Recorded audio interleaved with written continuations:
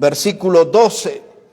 Dice, al que me fortaleció, a Cristo Jesús, nuestro Señor, porque me tuvo por fiel poniéndome en el ministerio, y habiendo yo sido antes blasfemo, perseguidor e injuriador, mas fui recibido a misericordia, porque lo hice por ignorancia, en incredulidad. Pero la gracia de nuestro Señor fue más abundante con la fe y el amor que es en Cristo Jesús.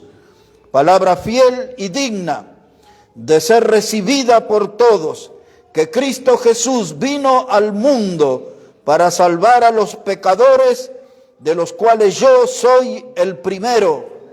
Pero por esto fui recibido a misericordia, para que Jesucristo mostrase en mí, el primero, toda su clemencia, para ejemplo de los que habrían de creer en él para vida eterna. Y Pablo dice aquí, hermanos, que Jesucristo vino al mundo para salvar a los pecadores, de los cuales yo soy el primero, dice él, ¿no? Y en esa expresión de Pablo, que él se siente el primero de los pecadores, es el título. Ese es un título falso. ¿De verdad él es el primero de los pecadores? ¿O él está hablando de una cruel realidad? Así que lo primero que vemos aquí, hermanos, que Pablo va a tener competencia, porque la historia y nuestros días, y quizás algunos de los que estamos aquí somos más pecadores que él. Entonces tiene competencia. Pero él en sus días se sentía como el abanderado de los pecadores. Parece que el primero que sobresale soy yo, parece que el primer nombre que aparece en la escena es el mío. Me siento como un cruel pecador. Era la cruel realidad de él, hermanos. Ese rótulo de ser el primero entre los pecadores, un título desgraciado le llamo yo, ¿no? Y muchas veces nosotros, hermanos, la realidad de nuestras vidas nos hace sentir que somos primero entre los pecadores. Parece como que nadie pecara como nosotros, que somos los que cargamos ese peso tremendo en nuestra espalda de nuestros pecados. Pero Pablo aquí, hermanos, él se sentía que era el primero, y nos da tres pistas de él, tres claves si usted prefiere. Y él dice que él se sentía así, en primer lugar, dice, porque yo he sido antes blasfemo. Cuando él está hablando acerca de esto, está hablando de una persona que hablaba cosas contra Dios, en especial que él negaba que Jesucristo era el Mesías, y él también negaba que Jesucristo era Dios. Él era un blasfemo, tenía una doctrina que no era correcta. Y él había estudiado mucho la Escritura, tenía una gran formación teológica, pero él no reconocía que Jesucristo era Dios. Después en sus cartas sí. Después que le conoció a Cristo, sí. Reconoció que era el Dios eterno, que era el Salvador, reconoció que era el Mesías, todo lo que debía reconocer acerca de la persona de Cristo. Pero antes, cuando vivía en tinieblas, en oscuridad, él se sentía un blasfemo. Tenía a Dios delante mío, y cómo tenía esos pensamientos equivocados. Y entonces él dice, me siento el más pecador, he sido un blasfemo. Y en segundo lugar, él dice aquí, hermanos, que él era un perseguidor, porque él buscó la muerte de los cristianos y buscó la muerte del cristianismo. Esa era como la meta en su vida, producir la muerte de los cristianos y dar por terminado el cristianismo, lo cual era considerado como una secta en aquel tiempo. Y la tercera palabra que él dice aquí, para sentirse el primero entre los pecadores, yo también fui un injuriador, un blasfemo, un perseguidor, y por último él dice, un injuriador. Esta palabra injuriador habla de alguien que ofende de la manera más cruel. Esta palabra injuriador lo muestra a él, que él reconoce que él era una persona violenta, llena de odios y que en él había una furia asesina, porque él quería matar a los cristianos. Y comenzaba con un primer paso de enviarlos a la cárcel. Pero lo que él siempre buscaba era terminar con la vida de los cristianos y el cristianismo. Ahora, hermanos, Pablo, dice la Biblia en el libro de Hechos, en el capítulo 7, cuando nos habla acerca de la muerte de Esteban, recuerda que le apedrearon. Del versículo 54 al 60, ahí describe todo en detalle aquella multitud que atropelló al joven predicador, y dice la Biblia que rechinaban sus dientes porque este hombre había dado un mensaje poderoso, había hecho un repaso de toda la historia de Israel hasta Cristo. Y el pueblo no soportó esa predicación y tomaron piedras y la arrojaron contra él y le sepultaron bajo esas piedras y tomaron las vestimentas y les pusieron a los pies de Saulo. Ese tema ya lo hemos revisado en el pasado y dijimos que esa era una muestra de la vestimenta a los pies de Saulo, de que él era el autor intelectual, él fue el que planeó esa muerte. Y después cuando entra en Hechos capítulo 8 versículo 1 dice, y Pablo consentía en su muerte, dice la Escritura. Pablo consentía, estaba de acuerdo porque se estaba haciendo todo de acuerdo a lo planeado y se desató una persecución sobre la iglesia. Pablo, el injuriador, el hombre de la furia asesina. Y ahora esa muerte de Esteban, y quizás su propia sangre salpicó su cuerpo. Pero lo que sí sabemos que su muerte, la de Esteban, le puso eso delante de sus retinas, de sus ojos. Él no pudo por el resto de su vida olvidarse de esas imágenes. Y eso es lo que habló él con Félix y con Festo y con todo, donde daba testimonio con Agripa. Siempre él recordaba ese evento, ¿no? Y también no se podía escapar de su memoria como él vio morir a aquel santo predicador, joven y santo predicador. Y esas cosas y otras tantas que no están mencionadas aquí en esta breve porción, es lo que le hacía sentir a él: soy el primero entre los pecadores. He hecho maldades grandes, me he visto enredado en pecados graves, he hecho cosas realmente increíbles que no puedo entender. Por eso él después, escribiendo a los romanos, él decía en el capítulo 7 que aquel mal que él no quería hacer, eso hacía. Y dice, y tengo una mente con la cual sirvo a la ley de Dios, pero tengo otra ley en mis miembros que sirve a la ley del pecado. Y recuerdan que él termina diciendo, miserable de mí, ¿quién podrá librarme de este cuerpo de muerte? Y todas esas cosas nos permiten ver en Saulo y después Pablo, en un hombre con una mente atormentada, un hombre con un corazón en aflicción. Y nosotros estamos viendo si ese título era falso o era la cruel realidad de su vida, que él se sentía el primero entre los pecadores. Y a veces nosotros, viniendo a nuestras vidas, encontramos hechos y a veces también pensamientos que serían realmente vergonzosos y nos hacen sentir grandes pecadores. Y a veces también hay algunos hechos y pensamientos que nos quitan el sueño, que nos roban la atención de Dios. Hay cosas que nos afligen y hay cosas que pasan por nuestra mente y nuestro corazón que nos hacen cuestionar cómo, si yo siendo un hijo de Dios habita eso en mí. ¿Cómo siendo yo un hijo de Dios hago tal o cual cosa o pienso tal o cual cosa?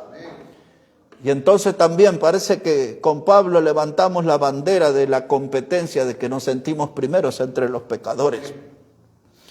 Lamentablemente él no estaba tan solitario en ese sentimiento, porque la historia humana está compuesta por grandes pecadores, hombres y mujeres. Pero él dice aquí, 2 veces usa un término maravilloso. La primera vez que él lo menciona aquí, él dice que él fue recibido a misericordia. En el versículo 13, él dice, habiendo sido yo antes blasfemo y perseguidor e injuriador, mas fui recibido a misericordia. Fui recibido a misericordia. Y luego él va a repetir eso, hermano. Miren el versículo 16, él dice, pero por esto fui recibido a misericordia. Él hace un contraste. Mi actividad pecaminosa es grave, Pero la misericordia de Dios fue mayor. Y a pesar de que soy un pecador indigno de la peor calaña, la misericordia de Dios me abrazó.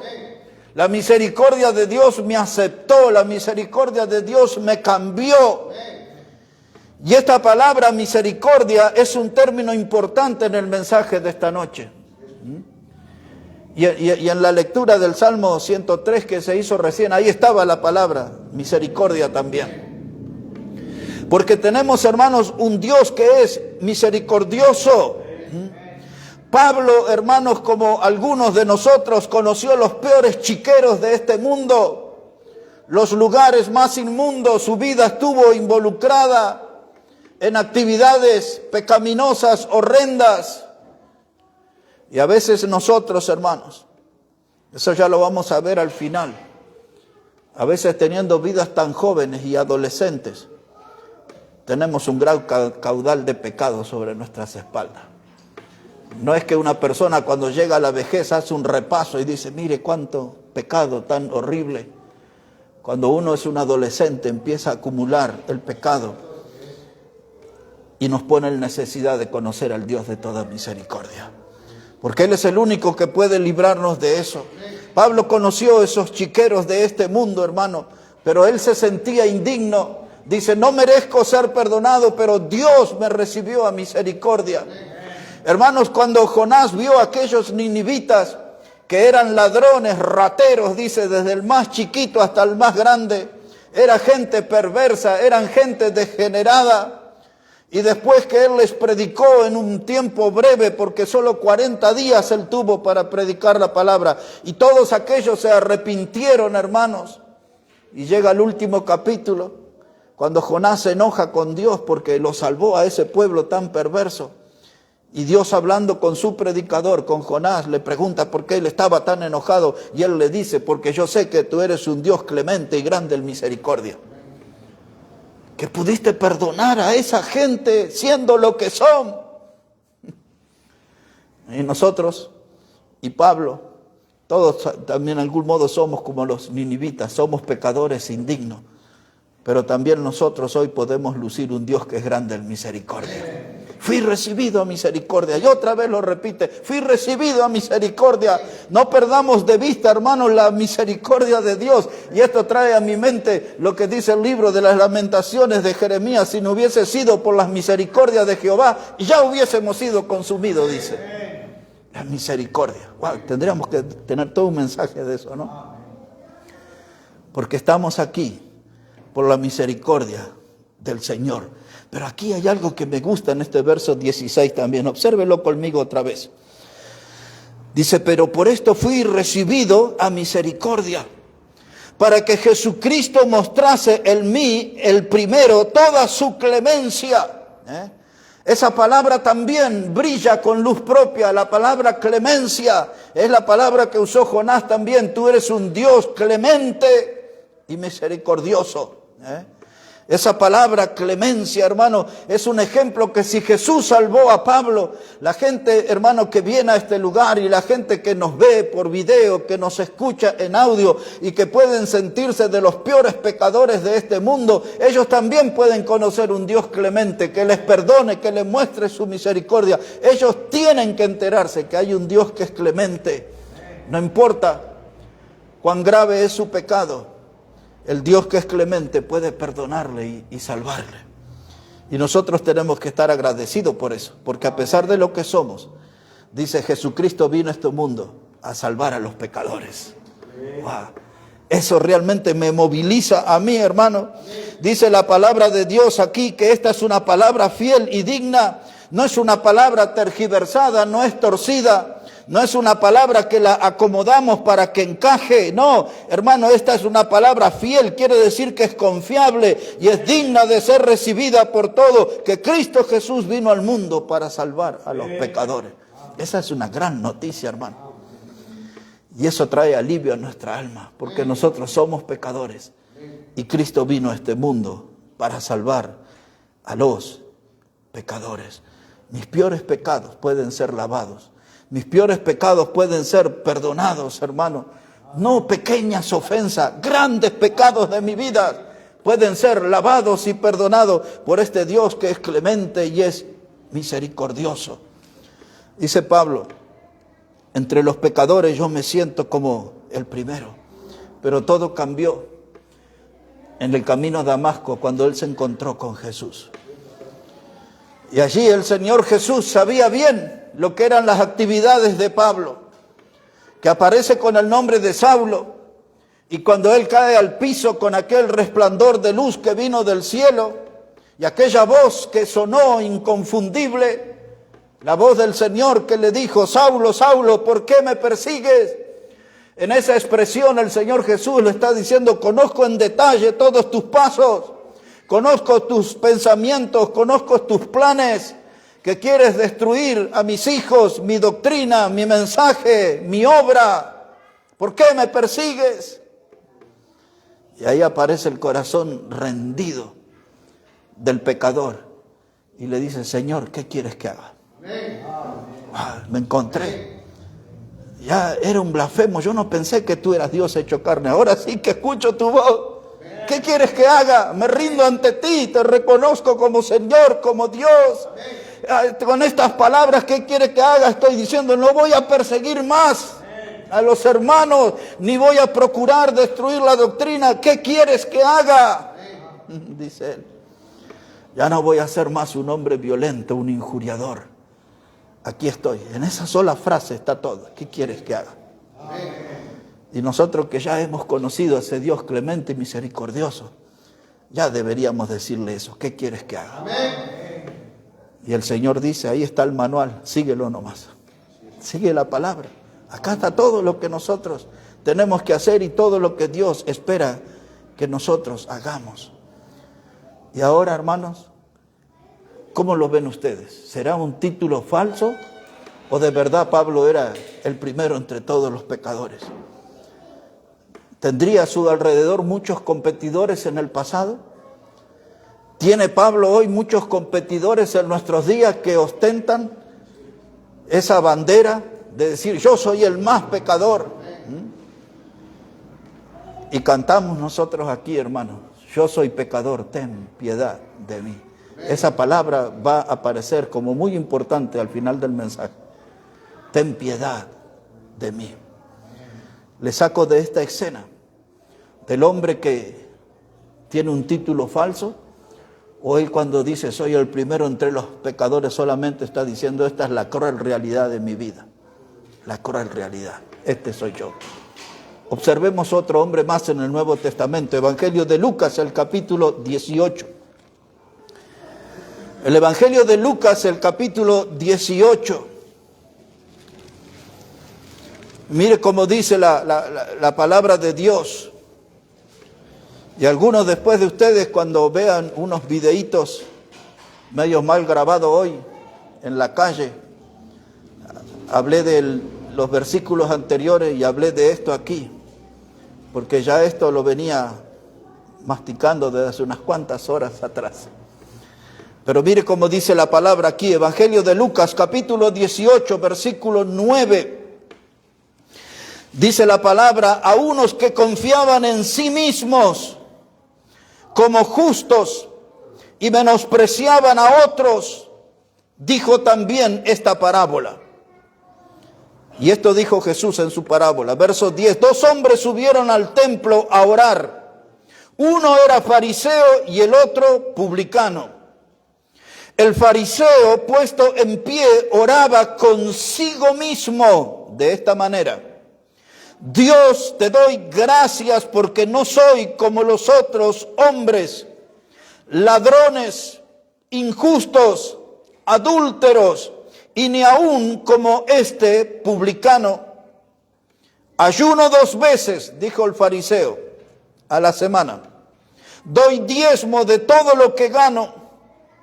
Mas el publicano, estando lejos, no quería ni aún alzar los ojos al cielo, sino que se golpeaba el pecho diciendo, Dios, sé propicio a mí, pecador. Os digo que éste descendió a su casa justificado antes que el otro, porque cualquiera que se enaltece será humillado y el que se humilla será enaltecido. Esa es la lección final. 2 hombres fueron al templo a orar. Uno era fariseo. Ese era el fiel reflejo de la hipocresía. El Señor Jesús advirtió en otros pasajes de Lucas como 12:1, Él dice, guardaos de la levadura de los fariseos, que es la hipocresía. Esa gente navegaba en las aguas de la hipocresía, caminaba por las calles de la hipocresía, su vida era el reflejo de la hipocresía, de la falsedad. Y uno de ese grupo subió al templo a orar. El otro, dice la Escritura, era un hombre publicano. Nosotros ya sabemos algo acerca de ellos, que eran judíos odiados por sus hermanos, porque el publicano era alguien vendido al poder de los romanos que cobraba impuesto y cobraba de más y se guardaba algo en el bolsillo y se enriquecía. Entre los publicanos famosos que tenemos, uno era Mateo, el que el Señor le vio cobrando los impuestos y le dijo, sígueme, ya salí de eso, por favor. Y bien hizo Mateo en seguirle. Y el otro era Zaqueo, el que encontró arriba de un árbol, ¿se acuerda? Y le dijo, desciende porque voy a ir a tu casa.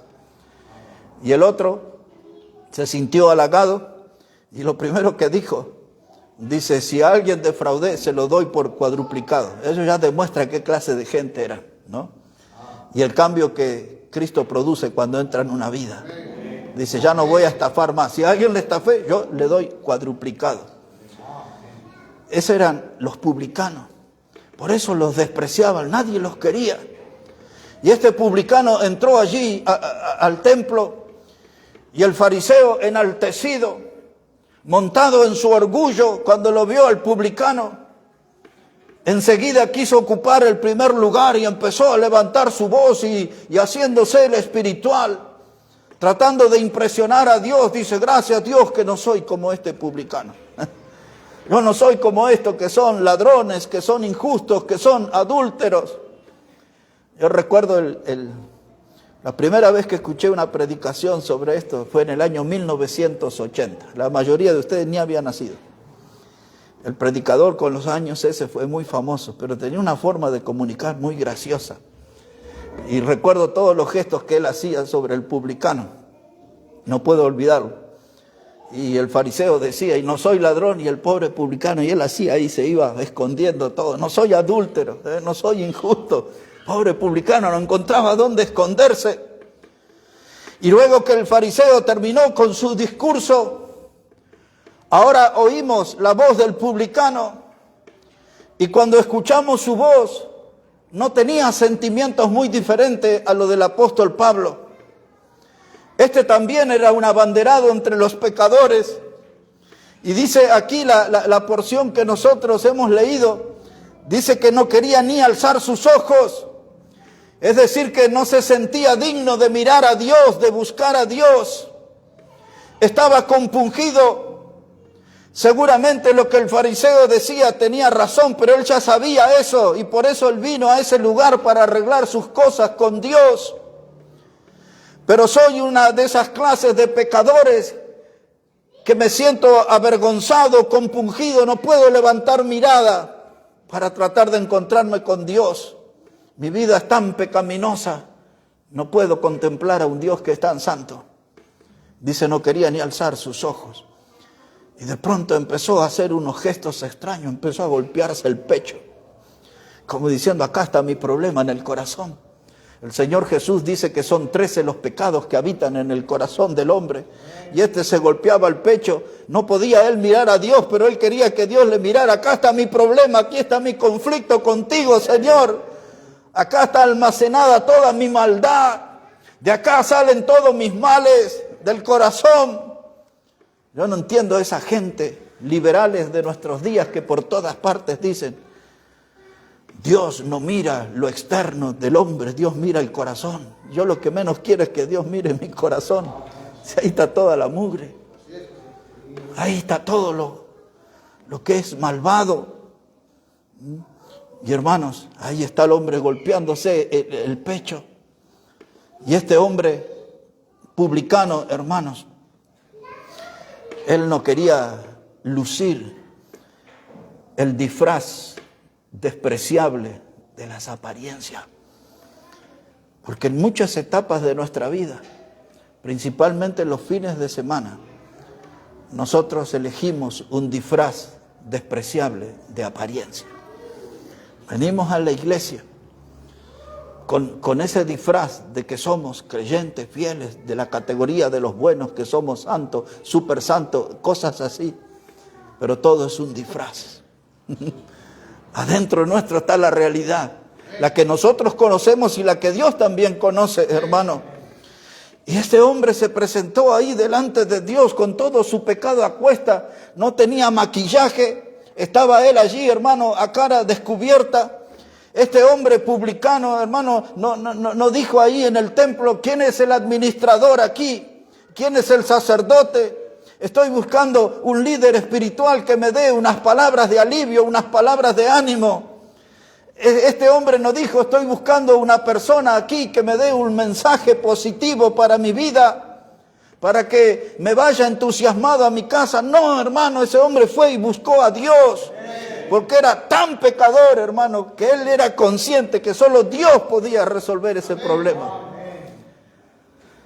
Y usted fíjese que muchas veces, hasta aún en este mismo lugar, la gente viene y quiere hablar con el predicador, pero ellos necesitan hablar con Dios más que con el predicador. Este publicano, hermano, deja huellas y marca un camino de cómo acercarnos correctamente a Dios los pecadores. Y no tenemos que andar buscando líderes humanos, tenemos que ir directamente a Dios, hermano. Y de pronto el hombre está ahí en el templo, ya escuchó todo ese discurso hueco del fariseo, no puede levantar su mirada, ya gastó su energía golpeándose el pecho, mostrando que su problema está en el corazón, que es lo que vive en su corazón, es lo que lo enemista con Dios. Y ahora no sé si con un hilo de voz o en qué tono, pero se pudo escuchar que él dijo: Dios, sé propicio a mí, pecador. Propicio a mí, pecador. Pablo dijo: yo soy el primero entre los pecadores. Y acá tiene un competidor. Acá hay otro pecador que se reconoce como tal también. Pero en las palabras que él dice: Dios, sé propicio a mí, pecador, porque este hombre ya tenía conocimiento de la doctrina de los sacrificios. Como en el Antiguo Testamento traían los animales al sacerdote y él los sacrificaba en el propiciatorio sobre lo que era allí, hermanos, una cubierta de oro, y ese oro representaba la gloria de Dios y la presencia de Dios, y el sacerdote ofrecía el sacrificio de ese animal que cubría con la sangre el pecado del pueblo o de la familia que lo ofrecía. Pero este hombre estaba viendo a Cristo, el Cordero de Dios, y dice: yo necesito de la sangre del Cordero. Es el único modo, Dios, que me puedo acercar a ti. Y entonces dice: sé propicio, que esté el sacrificio entre tú y yo, que el Cordero de Dios, Jesucristo, y su sacrificio esté en el medio, Dios, porque no puedo de mi condición de pecador acercarme a un Dios tan santo si no está el sacrificio del Cordero en el medio. Y es lo que él dice: sé propicio a mí, pecador, porque si no hay un sacrificio, estoy perdido definitivamente. Y ahora Jesús miró a los dos hombres, al fariseo, con su oración, que buscaba impresionar, y vio la oración del publicano, lo vio a él, su actitud, escuchó su voz, y dice Jesús: este hombre, el publicano, el que es visto como el peor de todos en la sociedad, descendió a su casa justificado. ¡Wow! Ahí está la presencia de un Dios clemente y misericordioso también. Porque vio que ese arrepentimiento era sincero, que esa búsqueda de Dios era sincera. Y Dios no se demoró en venir en su ayuda, y ese hombre salió del templo, dice, y descendió a su casa justificado, con un alivio en su alma, con una pureza de espíritu, hermano, con una mente nueva, allí lleno de proyectos, de hacer cosas para Dios, porque el perdón sacó, hermano, todas las tinieblas de esa vida y descendió justificado a su casa. Y de esto le habló Pablo a los Romanos, capítulo 5, verso 1. Le dice Pablo, justificados pues con la fe, tenemos paz para con Dios. El primer logro de la justificación. ¿Cómo no iba a descender feliz ese publicano perdonado si ahora tenía paz con Dios? Ya el tema del pecado había sido resuelto en el propiciatorio. Y este hombre nos recuerda lo que Jesús dijo allí bien cerquita también. En Lucas 5 y el verso 31 dice Jesús que los sanos no tienen necesidad de médicos, sino los enfermos. Y dice Jesús, dice, yo no he venido a buscar a justos, sino vine a buscar a pecadores al arrepentimiento. Y ahí en el templo encontró uno, un publicano, un pecador que procedió al arrepentimiento. Y dice el Señor, no vine a buscar a justos, vine a buscar pecadores al arrepentimiento. Y algún pecador que aún no ha resuelto su vida delante de Dios porque no ha conocido a Jesucristo, el Cordero de Dios, como Salvador, tiene que seguir los pasos de este hombre y tiene que buscar a Dios con un corazón sincero y reconocer su condición de pecador para encontrar perdón y para encontrar salvación. Y cuando buscamos a Dios, hermanos, la misericordia del Señor puede perdonar cualquier clase de pecado. La misericordia del Señor, hermano, puede solucionar la ruina moral en que está el hombre, puede solucionar la ruina espiritual, porque el hombre está en bancarrota espiritual, el pecado le ha hecho tocar fondo al ser humano. Hemos caído en lo más bajo del pecado, hermano. Y Dios está a la espera de hombres como este publicano que se le acerquen con esta actitud. Sé propicio a mí, pecador. Alguien va a escuchar este mensaje y va a decir, esto es lo que yo necesito, acercarme a Dios, pero tengo que reconocer el sacrificio de Cristo para poder tener un encuentro con Dios. Y el tercer caso que tengo en esta noche para presentarles y ver si estamos hablando de un título falso o de una realidad cruel. Pablo dice, yo soy el primero entre los pecadores. El publicano dice, yo soy pecador. Y ahora nos vamos a encontrar con otro hombre conocido por nosotros, que denuncia la misma condición de su alma, que él es pecador. Y este se llama David. Conocemos bastante de él, pero quizás no conoce usted el Salmo 25, excepto los primeros versículos que se cantan. Pero revisemos allí un poquito. Salmo 25, versículo 6 en adelante. Y este es el último caso que voy a presentar en esta noche, de gente que se sentían abanderados entre los pecadores, como que eran los primeros, pero no son los únicos. Este mundo está lleno de personas pecadoras. La historia pasada y el presente deja en evidencia la condición del hombre, somos pecadores. Observe cómo dice acá la palabra de Dios, Salmo 25 y el versículo 6. El versículo 1 es el que muchos de ustedes conocen, que se canta, a ti, oh Jehová, levantaré mi alma, Dios mío, en ti confío. Creo que lo hemos cantado acá algunas veces también, ¿no? Pero llega el versículo 6, hermano, y David dice, en esta conversación con Dios, le dice, acuérdate, oh Jehová, de tus piedades y de tus misericordias. Hace unos minutos atrás le dije que recordaran esa palabra piedad. Aquí está, dice él, acuérdate, oh Jehová, de tus piedades. De eso habla el Salmo 103, verso 17 y otra cantidad de textos. Versículo 7 dice, acuérdate de los pecados de mi juventud y de mis rebeliones, no te acuerdes. Conforme a tu misericordia, acuérdate de mí. Otra vez, conforme a tu misericordia, acuérdate de mí. Por tu bondad, oh Jehová, bueno y recto es Jehová, por tanto, Él enseñará a los pecadores el camino.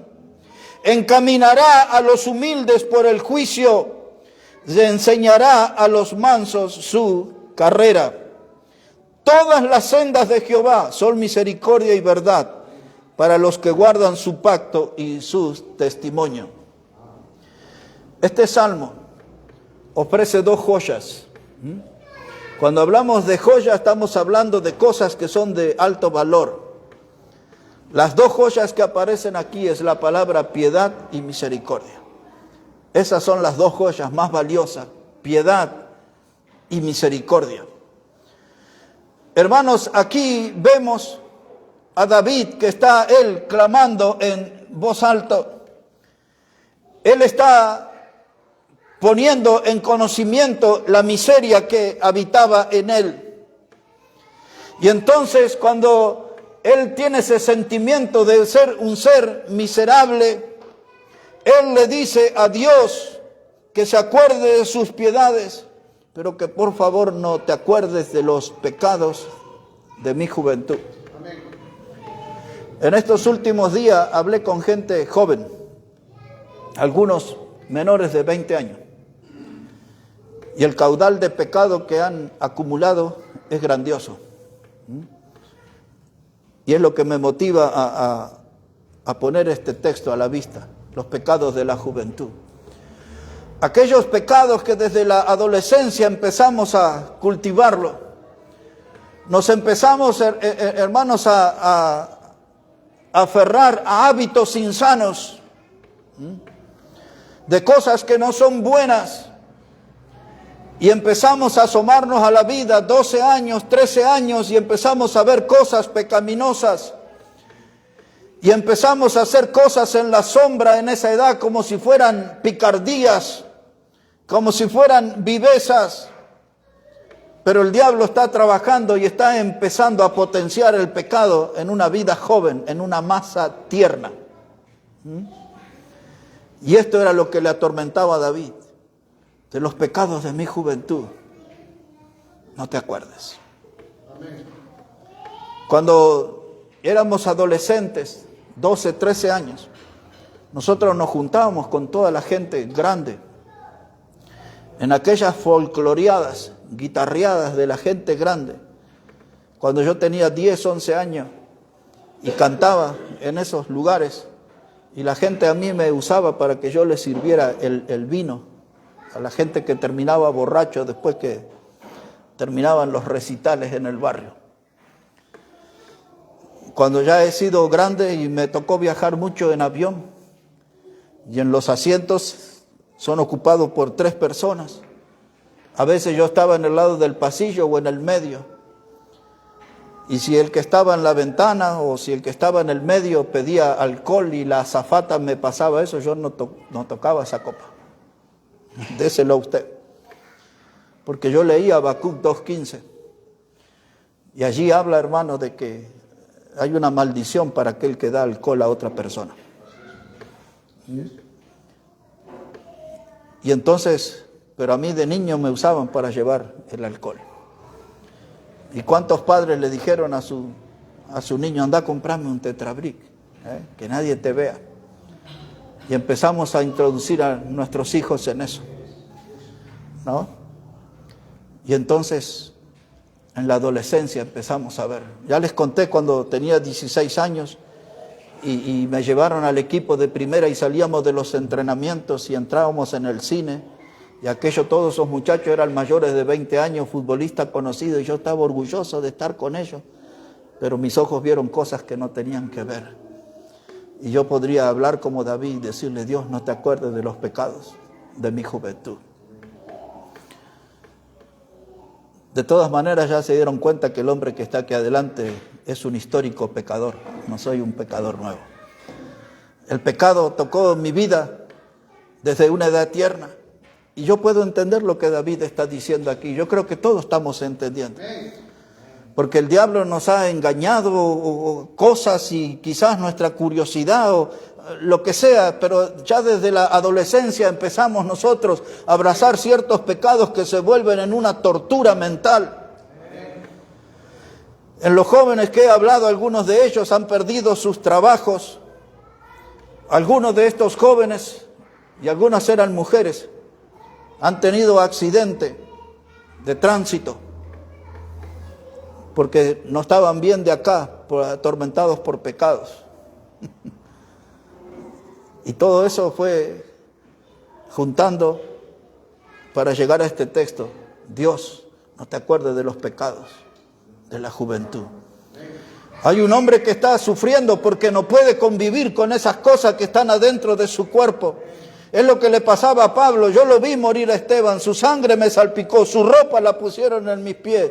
Yo escuché su predicación. Y eso le persiguió y le quedó en su memoria y le quedó ahí en sus ojos grabado, y por donde él iba, la imagen de aquel predicador joven y santo le persiguió toda su vida. Por eso él le habló a los reyes y a los gobernadores, a todos les contó la historia de Esteban. Y así, hermano, es el pecado. El pecado impregna nuestra vida. El pecado es lo que nos oxida. Todos conocemos esa palabra. Y el óxido es el anticipo de la corrupción. Y nuestra vida se corrompen.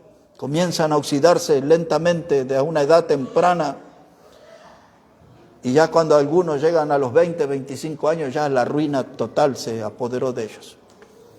Muchos, como hemos dicho, son como cadáveres ambulantes, andan deambulando ahí, ¿no? Parece que están vivos porque se mueven, respiran, pero ya no tienen vida. La juventud, hermano, en su mayoría está perdida. Porque, como dice David, le dice, de los pecados de mi juventud no te acuerdes. Pero quiero que note otra cosa en lo que él dice ahí también. Versículo 7, por favor. Dice él, de los pecados de mi juventud y de mis rebeliones no te acuerdes. Las rebeliones, cómo me rebelé con Dios. Hice cantidad de cosas en contra de Dios. Me paré en la vereda de enfrente de Dios. Y esta semana en la peluquería había un debate ahí. Y entonces estaban diciendo, dice, ¿cómo podemos creer en el Dios de la Biblia, que era un Dios violento? Y ese Dios expulsó al hombre del huerto del Edén. Y demoraron un buen rato en terminar con el argumento. Y dije, si ustedes me escuchan, no fue Dios violento, fue el hombre que transgredió la ley, porque Dios hizo un pacto con ellos que podían comer de todo árbol, menos de ese y de su fruto. Y el hombre transgredió la ley. El hombre fue el que violentó la ley. El hombre fue el violento. Y Dios tuvo que actuar en consecuencia, como hoy siempre que hay un pecado, todo pecado trae su consecuencia. Y David le está diciendo, mis transgresiones, no te acuerdes, por favor, de los pecados de mi juventud, de mis rebeliones, de mis transgresiones. Y ahora él le dice, dame aunque sea un poquito de tu misericordia, una porción de tu misericordia. Obra Dios conforme a la misericordia. Recuerde, misericordia y piedad son las dos joyas que resaltan aquí en este pasaje. Algunos de ustedes seguramente vio un videíto mío que hice sobre una paloma. Estaba ahí escribiendo una tarde en mi casa de esta semana, no sé qué día fue, lunes, martes quizás. Y sentía como un niño que lloraba. Pero después aquel gemido, aquel dolor era una cosa impresionante. Yo desde niño me crié en Tres Palomas. Y ese arrullo así yo nunca había oído. Y abro la ventana, pero yo estaba buscando una criatura, sufriendo. Y miro así sobre la ventana en el tercer piso. Y si ustedes ven ese video, ahí está la paloma. Era ella.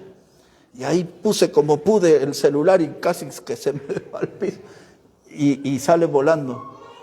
Y el arrullo, su gemido, era un lamento del alma. Y a veces, hermano, el hombre está en esa situación. Sus padecimientos son como el de esa paloma. Es un dolor que sale del alma, un gemido que expresa dolor y aflicción. Esto es lo que vemos en las palabras de David. Un alma que sufre. Y él está expresando su aflicción, el dolor, el que le ocasionó el pecar. Y él dice, ya tenía su edad, ya tenía su tiempo de lucir corona de rey. Dice, pero lo que más me atormenta son los pecados de mi juventud.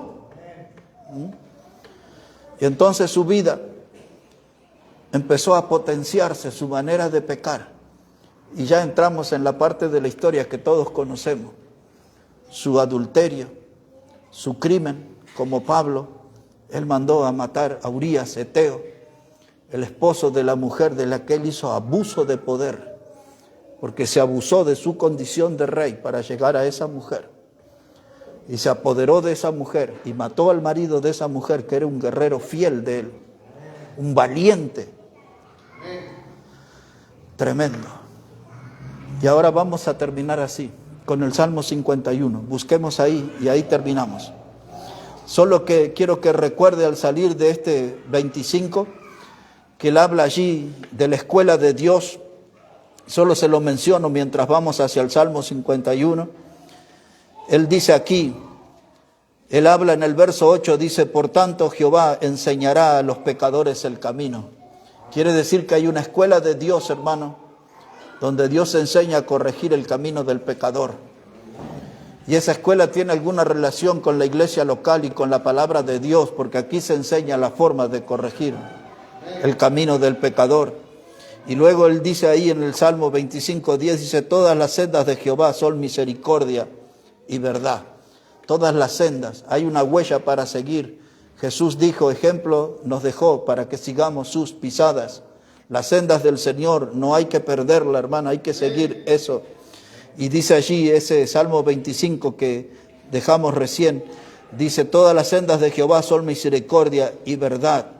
Y él habla ahí, hermano, Salmo 25:11, ya voy al 51 para terminar. Pero dice acá el Salmo 25:11, dice, por amor de tu nombre, oh Jehová, perdonarás también mi pecado que es grande. Wow. Mire lo que reconoce David, perdonarás mi pecado que es grande. No es una cosita de niño, de adolescente. Dice, tengo conciencia que mi pecado es grande. Mi situación es muy complicada, harto complicada. Salmo 51, ahí terminamos, versículo 1. Ya él, ahora en su edad de grande, en su edad de hombre maduro, el pecado, la inmoralidad, el abuso del poder, el instinto criminal de él, le llevó a hacer esta confesión, que nos hace pensar en los hombres en esta noche, que como Pablo decía, entre los pecadores yo soy el primero. ¿Era ese un título falso o era la cruel realidad? Era un gran pecador, el publicano era un gran pecador, David era un gran pecador. No sé a qué distancia estaremos de ello, o quizás estén a nuestra espalda, porque nosotros vamos adelante, somos más pecadores que ellos quizás. No sé dónde estamos, pero dice acá el Salmo 51, dice David, dice, ten piedad de mí. Otra vez la palabra que se la marqué como joya. Piedad y misericordia, en el mismo versículo. Ten piedad de mí, oh Dios, conforme a tu misericordia. Esas dos palabras, esas dos joyas andan de la mano. Siempre se exhiben en la misma vidriera, en la vidriera de Dios. Piedad y misericordia. Y ahora dice David, conforme a la multitud de tus piedades, borra mis rebeliones. En otras palabras, no te acuerdes de los pecados de mi juventud ni de mis transgresiones. Versículo 2, lávame más y más de mi maldad y límpiame de mi pecado. Y usted mira y dice, es un rey el que está hablando. ¿Qué ha pasado? Es un rey. No es ahí el hijo de un vecino de barrio ahí. Es el rey. Y él le está diciendo a Dios, lávame más y más. No es una lavadita, una enjuagadita. Es un lavado profundo, más y más, dice, lávame, me siento sucio, cochino, el pecado me dejó así. Y agrega él en ese versículo 2, y límpiame de mi pecado. Ese es todo mi problema, mi pecado. Versículo 3 dice, yo reconozco mis rebeliones y mi pecado está siempre delante de mí. Así como le pasó a Pablo, la imagen de Esteban, siempre está delante de mí, mi pecado. Mi pecado me persigue, me acecha. No lo puedo quitar de los ojos, no lo puedo borrar de mi memoria. El pecado siempre está saliendo a flote. Necesito un tratamiento de Dios. Solamente Él puede terminar con mi pecado, sepultar mi pecado, borrar mi pecado. Versículo 4 dice, contra ti solo he pecado y he hecho lo malo delante de tus ojos para que seas reconocido justo en tu palabra. Mire, igual que el publicano. Le dice, Dios, sé propicio a mí, pecador, porque yo te he ofendido, porque yo he lastimado tu santidad. Y ahora lo mismo pasa con David. Dice, porque contra ti solo he pecado, he hecho lo malo delante de tus ojos, dice él. Lo mismo que a todos. Nuestros pecados no pasan inadvertidos a los ojos de Dios. Y la Biblia lo va enseñando en diferentes páginas. Nuestro pecado está delante de sus ojos. ¿Y ahora qué vamos a hacer con nuestro pecado? ¿Vamos a seguir conviviendo con él y sufriendo? ¿O vamos a presentarlo delante de Dios y que él nos dé la solución? Necesitamos de su piedad y necesitamos de su misericordia. Nosotros ya tenemos la sangre de Cristo que nos limpia de todo pecado. Por eso Dios nos ha dado a nosotros en su misericordia una salida importantísima, que es la que Juan dijo con estas palabras, que si confesamos nuestros pecados, Él es fiel y justo para perdonar nuestro pecado y limpiarnos de toda maldad. Así como en nuestra casa un día nos levantamos temprano, decididamente, un sábado, un domingo, la mujer o el hombre dice, hoy levantamos a los hijos, los nietos, el perro, el gato, hoy hay limpieza general en la casa. Y cuando se empieza ahí, en una habitación y el otro, y tú al galpón, y tú a la cocina, y todo esto, y el niño grita, mamá, ¿y con eso qué hago? Ay, esa mugre, ya tira eso, ya no queremos más. Y un día hay que hacer una limpieza.